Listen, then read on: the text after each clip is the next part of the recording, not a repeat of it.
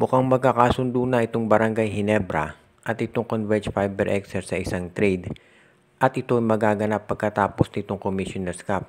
Mukhang determinado itong Barangay Ginebra na kunin itong si Alex Stockton dito sa lineup ng Converge Fiber XRs. Alam naman natin na itong si Stockton ang isa doon sa mga top players ngayon ng Fiber XRs at mukhang gumagawa ng paraan ng Ginebra para makuha to sa pamamagitan ng isang trade. At ang ino-offer daw ng Barangay Ginebra ay itong tinatawag na first round draft pick ng Terra Firma. So parang 3-team trade ang mangyayari. Si Stockton mapupunta dito sa Barangay Ginebra. Yung first round pick ng Terra Firma dito naman sa Converge. At ang Terra Firma may makukuhang player mula dito sa Ginebra. Hindi pa natin na-determine kung sino. Baka si Maverick Misi. Kung sakasakali na ma-aprobahan itong trade na to, malaki ito para sa Barangay Ginebra dahil alam natin na two-way player itong si Alex Stockton at marami itong nagagawa para dito sa lineup ni Coach Franco Atienza. At kung ito'y mapupunta sa Barangay Ginebra, aba ang laking bagay niyan dahil alam naman natin na mahusay na scorer at defender itong si Alex Stockton. Ibig sabihin, makatutulong ito sa Barangay Ginebra. Kung sakasakali na mawala man si Maverick Misi at ito'y mapunta sa Terra Firma sa pamamagitan ng 3-team trade, sa tingin ko okay na yan dahil mas mahusay na defender itong si Alex Stockton kaysa kay Misi at sa scoring naman kayang-kaya ni Stockton na tapatan yung ginagawa ni Maverick. Kaya walang kaduda-duda na ito isang klaseng trade na sisiguraduhin ng Ginebra na mapupursige. Kaya maasahan natin talaga na kapag nalapit na yung panahon at natapos na itong Commissioner's Cup, uumpisa na ng Barangay Ginebra at ng Converge yung final stage ng negotiation nila para makuha na ng Ginebra itong si Alex Stockton dito sa Fiber XR's lineup.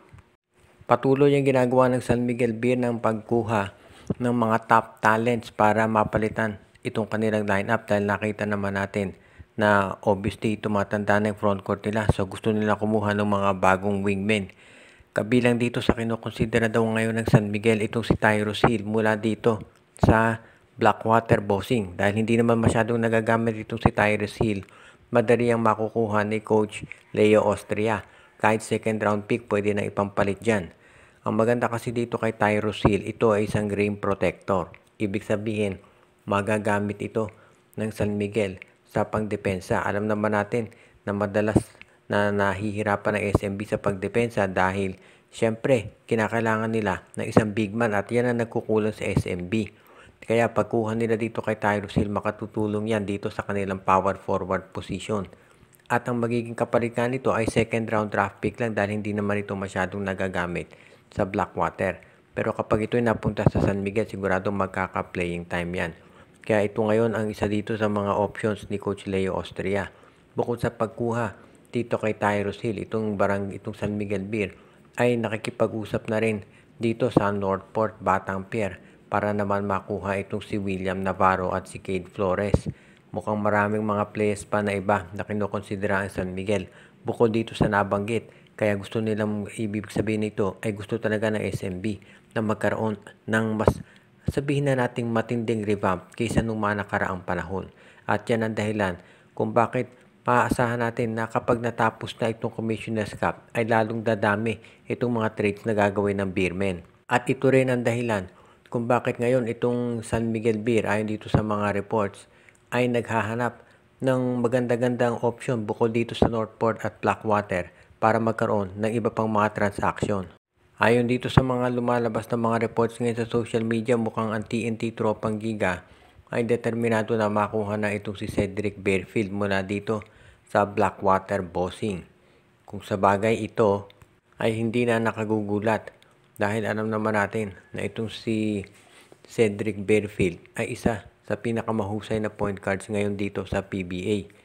At ito'y masasabi nga natin na kung hindi lang nalaglag ng maaga itong Blackwater Bossing, baka ito na naging top candidate sa Rookie of the Year.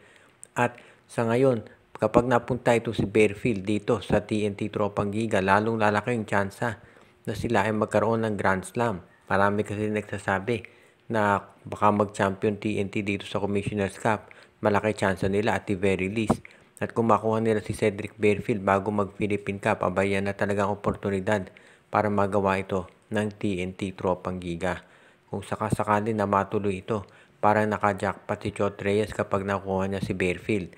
Ang tanong naman ngayon ay kung sinong pwedeng ipalit. Well, nandyan si Kim Aurin, si Brian Heruela, at alam natin na baka itong si Barkley Ebonia isama rin nila. Kaya maraming mga players na pwedeng ipamigay itong TNT Tropang Giga para makuha itong si Cedric Barefield. At alam naman natin na magiging very accommodating dyan itong Blackwater Bossing. Dahil dito, itong TNT Tropang Giga ngayon ay kinukonsidera na baka magsimula na nung dynasty nila. Alam naman natin na sa matagal ng panahon, nadodumi na itong San Miguel at Ginebra, itong PBA. Halos nagpapalitan lamang sila sa mga kampyonato. Pero ngayon mukhang itong TNT ay gusto na silang ungusan. At yan ang dahilan kung bakit makikita natin ngayon sa mga susunod na mga araw itong malaking trade na pinaplano ng TNT na makuha na itong si Cedric Barefield mula dito sa Blackwater Bossing at magkaroon sila ng bagong point guard. Habang busy itong Ginebra dito sa Gilas, Pilipinas, of course, nandiyan si Coach Tim Cone at itong si Scotty Thompson at si Japet. Sa ngayon, itong Magnolia Chicken Templados naman ay nakafocus dito sa mga posibleng trades na kanilang pasukin. Alam naman natin na maraming pinag-aaralan ngayong options itong si Coach Chito Pictolero. At kabilang dito, most likely ay itong pagkuha kay Gio Ambohot mula dito sa Converge Fiber Exers. At ang magiging kapalit daw ay itong si Calvin Abueva para matutuloy na yung matagal ng trade na binabalak ng dalawang nasabing koponan. Alam naman natin na matagal na itong napapabalita at hindi na bago kung sakasakali nga na mapunta itong si Abueva dito sa Converge. At itong si Calvin Abueva ay open naman dun sa posibilidad na matrade siya dito sa koponan ni Coach Delta Pineda. Well, actually, si Franco Atienza pa coach dyan, pero eventually si Delta Pineda magte-take over. Pero sa ngayon, kung sino man ang coach dyan, ay payag na itong Magnolia sa trade option na ito. Gio Ambohot for Calvin Abueva. Dahil sa ngayon, ang Converge mukhang sobrang dami na ng big men nila. Hindi na nga nila iniinda yung pagkawalan itong si Ben Phillips. Kaya sa ngayon, hindi nakapagtataka na ang gusto naman nila ay isang veterano. Malaki na itulong ni Alex Capagnot dito sa Converge. Kaya ngayon, si Calvin Abueva naman ang gusto nila na isama dito sa kanilang lineup. So sa ngayon, pwede nating makita na after nitong Commissioner's Cup Finals, saka matutuloy at maya-announce na itong trade na gagawin ng Converge, pati na itong Magnolia Chicken Templados. Kapag natuloy itong trade na yan, sa tingin ko, okay naman sa parehong koponan. Sa Magnolia, magkakaroon sila ng batang stretch 4. At itong Converge naman, magkakaroon ng isang veterano na makatutulong dito sa mga panibago nila at mga bata na mga player. Shout out sa ating mga regular na mga taga-subaybay katulad ni Joseph Pineda, si Dalmacio de Guzman, Malyari Mascarillas, Katsakino Tukusin, Dexter Domer, RG Bueno at Dalina family, Joshua Giray Espejo at Rosales family, Anthony Alon, binabati din natin si Edwin Carmona Jr., Enju, Ireneo Salangsang, Michael D., Alicia Garcia at ang iba pa.